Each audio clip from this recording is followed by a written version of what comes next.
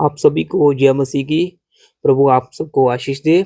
मैं परमेश्वर का धन्यवाद करना चाहता हूँ कि परमेश्वर ने मुझे ये मौका दिया है कि मैं आपके साथ कुछ बांटूं और शेयर करूं। कैथरीन कुलेमैन के द्वारा एक लिखी गई पुस्तक है जिसका नाम है अच्छे कर्मों पर विश्वास करने वाली एक अद्भुत महिला। और जब मैंने ये पुस्तक पढ़ा और ये मेरे जीवन के लिए बहुत सफल रही है और इससे मैंने बहुत कुछ सीखा है। मुझे बहुत अनुभव हुआ, काफ़ी कुछ मुझे सीखने को मिला इस पुस्तक से। और अब हम इसे पहले अध्याय से पढ़ेंगे। पहले अध्याय के अंदर लिखा है, पापा यीशु मेरे हृदय में आए। तो हम शुरू करते हैं पढ़ना यहाँ से। जब कैथरीन कुलेमैन 14 साल की हुई तब उसने नए जन्म का अनुभव पाया। वह अपने जीवन में इस कहानी को बार बार बताती थी कि कैसे उसने उस आवाज का प्रत्युत्तर दिया जो सर्वशक्तिमान पवित्र आत्मा की ओर से आती हुई प्रतीत होती थी। किसी मनुष्य की ओर से नहीं, वह एक आत्मिक नहीं परंतु धार्मिक पृष्ठभूमि के परिवार से आई थी। वह जिन कलीसियों में जाते थे वहां सामने आने और समर्पण करने के लिए बुलाहट नहीं दी जाती थी। कैथरीन ने इन बातों का वर्णन करते हुए बाद में लिखा, मैं अपनी माँ के बाजू में खड़ी थी और चर्च की घड़ी में 12 बजने को 5 मिनट थे। मुझे प्रभु के सेवक का नाम याद नहीं है, न उसके संदेश का एक भी शब्द याद है, परंतु मेरे साथ कुछ हुआ। मेरे लिए अब भी वह सब वास्तविक है जैसा उस समय था। वे एक समय वास्तविक और अद्भुत बात थी जो मेरे साथ हुई। जब मैं वहां खड़ी थी, मैं धीरे धीरे कांपने लगी और धीरे धीरे ये कंपकंपाहट इतनी बढ़ गई कि मेरे हाथ से गीत की पुस्तक छूट गई। मैंने उसे गिरने दिया और मैं शुभ करने लगी। मेरे भीतर कायल होने का भाव इतना अधिक था कि मैं अपनी पापम दशा को समझ चुकी थी। मैंने स्वयं को संपूर्ण संसार का सबसे तुच्छ और बुरा व्यक्ति समझा, जबकि तब केवल 14 वर्ष की थी मैं। मुझे केवल एक ही बात समझ में आ रही थी जो मैंने की। मैं यहाँ खड़ी थी, वहां से निकलकर सामने की ओर चल पड़ी। सामने की पंक्ति में एक कोने में बैठकर रोने लगी। हो, मैं कितना रोई थी। मैं दुनिया की सबसे खुशकिस्मत और खुशहाल व्यक्ति थी। मेरे मन का भारी बोझ उठ चुका था और मैंने जो अनुभव किया उन्हें मेरा साथ कभी नहीं छोड़ा और नया जन्म पा लिया था और पवित्र आत्मा में मुझ में वे काम समर्पण कर दिया था जो यीशु ने कहा था वह करेगा। यूहन्ना 16:8। कैथरीन के पिता किचन में खड़े थे। तभी कैथरीन दौड़ते हुए चर्च के भीतर आई। वे अपने पिता को ये खुशखबरी सुनाना चाहती थी। वैसे भी कैथरीन अपनी सभी बातें अपने पापा से बताया करती थी। कैथरीन के शब्दों में वह दौड़कर उनके पास गई और कहा, पापा, यीशु अभी अभी मेरे हृदय में आए हैं। बिना किसी भाव के उन्होंने कहा, मुझे खुशी हुई। कैथरीन उन बातों को स्मरण करते हुए कहती थी कि उसे ठीक से पता नहीं था कि उसके पिता उसकी बात समझे थे या नहीं। उसने अंत ये तय कर लिया, माँ के मेथोडिस्ट चर्च के बदले ये पापा के बैप्टिस्ट चर्च जाया करेंगी। परंतु फिर भी उसके सोच का तरीका उसका अपना था। कैथरीन एक बात अवश्य जानती थी कि उसके पिता को प्रचारकों से काफी चिढ़ थी। वास्तव में वे प्रचारकों से घृणा करते थे। यदि योसेफ कुलेमैन किसी प्रचारक को आते हुए देखते, वे सड़क पार करके चले जाते ताकि उन्हें प्रचारकों से बातचीत ना करना पड़े। उनकी सोच थी कि सभी प्रचारक पैसों के कारण प्रचार करते थे। जब कभी छुट्टी होती या कोई विशेष आराधना जिसमें कैथरीन की भूमिका हो, वे तभी चर्च जाते थे।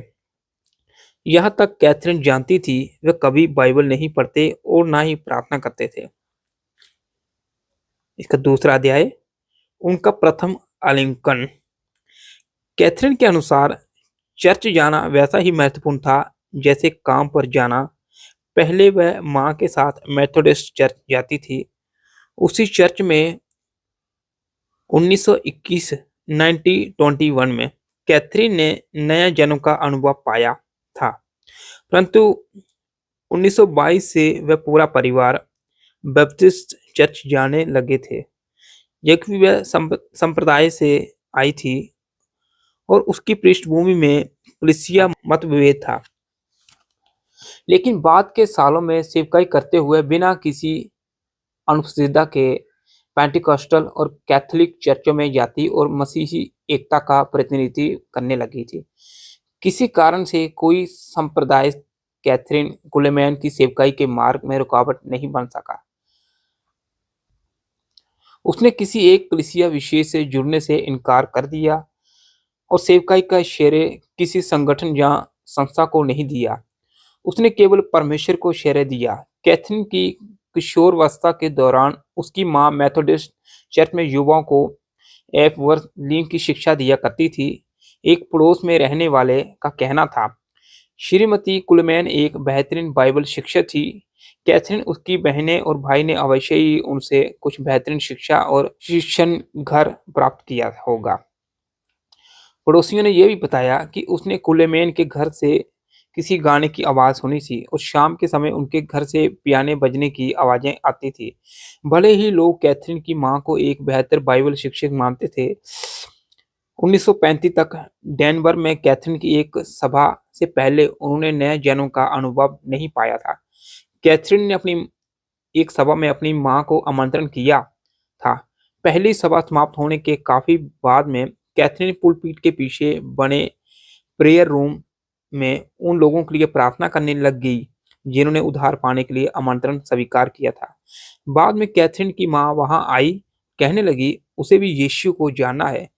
जैसे कैथरीन जानती थी, कैथरीन के आंखों में आंसू डबडबा गए। उसने हाथ बढ़ाया और अपनी मां के सिर के पीछे हाथ रखा। जैसे ही उसकी उंगलियां उसके सिर को स्पर्श करने लगी, मां जोर जोर से कांपने लगी और फिर रोने लगी। उसी प्रकार का कंपन और क्रंदन था जैसा कैथरीन ने कानकाड़ियों के मेथोडिस्ट चर्च में अपनी मां के पास खड़े होकर महसूस किया था। परंतु इस समय एक नई बात हुई थी। मां ने सिर ऊपर उठाया और बोलना आरंभ किया। पहले धीरे धीरे, फिर तेज तेज, परंतु वे अंग्रेजी नहीं बोल रही थी। उनकी आवाज स्पष्ट थी, घंटियों के समान मधुर स्वर, परंतु कोई अन्य भाषा थी। कैथरीन अपनी मां के पास ही घुटने पर आ गई, कभी रोते कभी हंसते। जब मां ने अपनी आंखें खोली, उसने आगे बढ़कर कैथरीन को जोर से बाहों में भर लिया। ये पहला अवसर था जब कैथरीन ने अपनी मां का ऐसा आलिंगन पाया था। इस अनुभव के पश्चात कैथरीन की मां 3 दिन और 2 रात सो नहीं सकी। वे एक नई सृष्टि बन चुकी थी और कानकाड़ियों में अपने शेष जीवन भर एम्मा कुलेमैन ने पवित्र आत्मा के साथ अपनी अद्भुत और मधुर संगीत को बनाए रखा।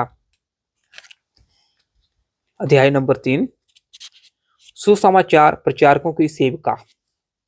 परमेश्वर ने जिनका बहुतायत से उपयोग किया था, उनकी एक चारित्रिक विशेषता ये थी कि वे परमेश्वर की सेवकाई के लिए सब कुछ त्यागने और आज्ञा मानने के लिए तैयार रहते थे। 1913 में कैथरीन की बड़ी बहन मार्टल ने एक युवा आकर्षक दिखाने वाले प्रचारक से विवाह कर लिया, जिसने उसी समय मूडी बाइबल इंस्टीट्यूट से पढ़ाई पूरी की थी। मार्टल और उसके पति एवरेट पेराट ने प्राचारिका सेवकाई के लिए शिविर लगाना प्रारंभ कर दिया। लगभग 10 वर्ष पश्चात 1924 में मार्टल और कैथरीन ने अपने माता-पिता के आग्रह किया कि यदि परमेश्वर की इच्छा हो तो कैथरीन को पेराट के साथ रहने की अनुमति दे। उस समय पेराट का मुख्यालय ओरेंगन में था। वे डॉक्टर चार्ल्स एस प्राइस के संपर्क में आए, जिनकी चंगाई सेवकाई थी। उन्होंने पेराट को पवित्र आत्मा के बपतिस्मे से परिचित कराया।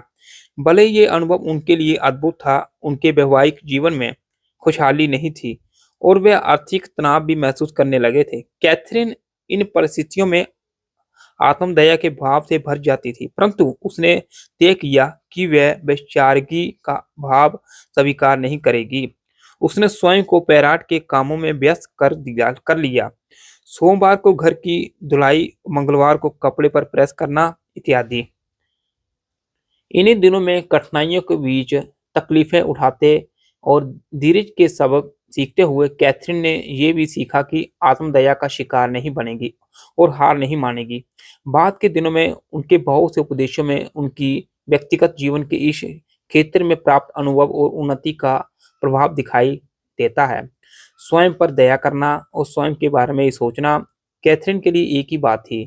स्वाभाविक था कि किशोर अवस्था से ही कैथरीन ने तय कर लिया था कि चाहे जो कुछ भी हो, वह इन दोनों बातों को अपने जीवन में स्थान नहीं देगी। उस व्यक्ति से सावधान रहो, चाहे वह आपके परिवार का कोई सदस्य हो, आपके साथ काम करता हो, आपका कामगार हो। सावधान रहिए, यदि वह मैं शर्मिंदा हूँ नहीं कह सकता।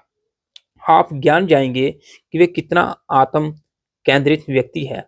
यही कारण है कि आपने मुझसे हजारों बार सुना होगा कि यीशु ऐसे व्यक्ति की मदद नहीं कर सकते, ऐसे व्यक्ति जिसे पाप की क्षमा नहीं मिल सकती। वे ऐसा व्यक्ति है जो ये नहीं कह सकता कि मैं अपने पापों के लिए शर्मिंदा हूँ।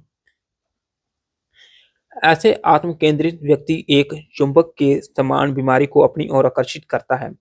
कैथरीन ने अपने जीवन के प्रारंभिक दिनों में ही सीख लिया था। आत्म केंद्रित होना और स्वयं से जुड़ी जितनी बातें हैं, जैसे स्वयं पर दया करना, स्वयं से सुख पाना, ये तक कि स्वयं से घृणा करना जैसी बातें पाप कराता है। इनके कारण व्यक्ति अपना न्याय स्वयं करना लगता है, वो स्वयं को दोषी ठहराता है। यही बातें मिलकर उस व्यक्ति के जीवन में पवित्र आत्मा के कामों को रोकती हैं। कैथरीन हमेशा ये कहती है कि कोई भी व्यक्ति अपने जीवन में पवित्र आत्मा के कामों का क्रियात्मक अनुभव पा सकता है, यदि वह उसकी कीमत चुकाने के लिए तैयार हो।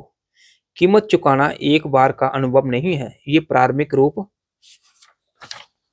के प्रतिपद के साथ आरंभ होता है और प्रतिदिन जीवन भर परमेश्वर का अनुसरण करने की प्रतिबद्धता और निश्चय की मांग करता है। ऐसे अनेक अवसर और स्थान आए जब कैथरीन अपने जीवन में पवित्र आत्मा की बातों को अनुसरण करने और समर्पण न करने का विकल्प चुन सकती थी, परंतु सौभाग्य से उसने सही विकल्प चुना और हमारे लिए मसीह की देह में एक अनुकरणीय उदाहरण है। अध्याय है प्रचार के लिए अब कुछ बचा नहीं। कैथरीन ने अपनी बहन और जीजा के साथ 5 वर्ष बिताए और अपने से स्वयं की सेवकाई की नींव रखी। वह घर के काम करती और उसके कारण होने वाले बोझ को कम करने का प्रयास करती थी। वह घंटों बाइबल पढ़ती और वचन का अध्ययन करती।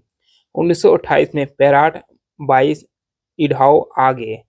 इस समय तक उन्होंने तंबू खरीद लिए थे। उनके लिए हेलन गुलिफोर्ड पियानो बजाती थी, परंतु उसके वैधानिक मतभेद बढ़ते ही चले गए। इस कारण उन्होंने आपस में तय किया कि एवरेस्ट दक्षिणी ढाका डा चला जाएगा और मार्टेल कैथरीन तथा हेलेन 22 में रहकर सभाएं चलाएंगे। 2 सप्ताह के बाद एकत्रित दान इतना कम था कि वे किराया नहीं दे पा रहे थे, जिसे छोटे से अपार्टमेंट में किराए में रहते थे और पर्याप्त भोजन भी नहीं था। उन्होंने थोड़ी ब्रेड और टूना मछलियों पर किसी तरह गुजारा किया। माइल्टन ने शीघ्र ही जान लिया कि वे पति के साथ रहना ही उनके लिए सही था। कैथरीन और हेलन को पेराट के साथ प्रवास करने में कोई भविष्य नजर नहीं आ रहा था। इस कारण जैसे कि नए नियम में पौलुस और बरनबास अलग अलग हो गए थे वे भी अलग अलग हो गए। 22 के स्थानीय चर्च के पास्टर ने उनसे प्रचार करने के लिए कहा। वह एक छोटा पुल हाल था जिसे उन्होंने मिशन में बदल दिया। और यही प्रचार कैथरीन कुलेमैन की सेवकाई का प्रारंभ था। उलहाल मिशन के बाद वे पाइकलेटोलो इडाहो आ गए, जहाँ कैथरीन ने एक पुराना ओपेरा हाउस में प्रचार किया। वे भवन एकदम बदहाल और गंदा था। प्रचार से पहले उन्हें साफ सफाई करना पड़ी। आप सोच सकते हैं कि किसने वहां सफाई की। निश्चय प्रचारकों ने स्वयं सफाई की थी। इसके पश्चात वे दिन फॉल्स इडाहो गए। वहां शीत ऋतु शिखर पर भी थी। कैथरीन जमा हुई बर्फ में फिसलकर गिर पड़ी और उसका पैर टूट गया। यद्यपि डॉक्टर ने कम से कम 2 सप्ताह उसे चलने-फिरने से मना किया, परंतु उसने तुरंत प्रचार करना जारी रखा और पाँव में प्लास्टर भी बाँधा था। उसने तुरंत कभी भी अपने शरीर को ये अनुमति नहीं दी कि परमेश्वर की इच्छा के मार्ग में रुकावट उत्पन्न करे या समझौता करने भविष्य करे। अगला अध्याय है कैथरीन ने एक बार कहा था, और इसके बारे में हम दूसरे पार्ट में देखेंगे। तो परमेश्वर आप सबको आशीष करे। परमेश्वर आप सबको बहुत-बहुत आशीष दे।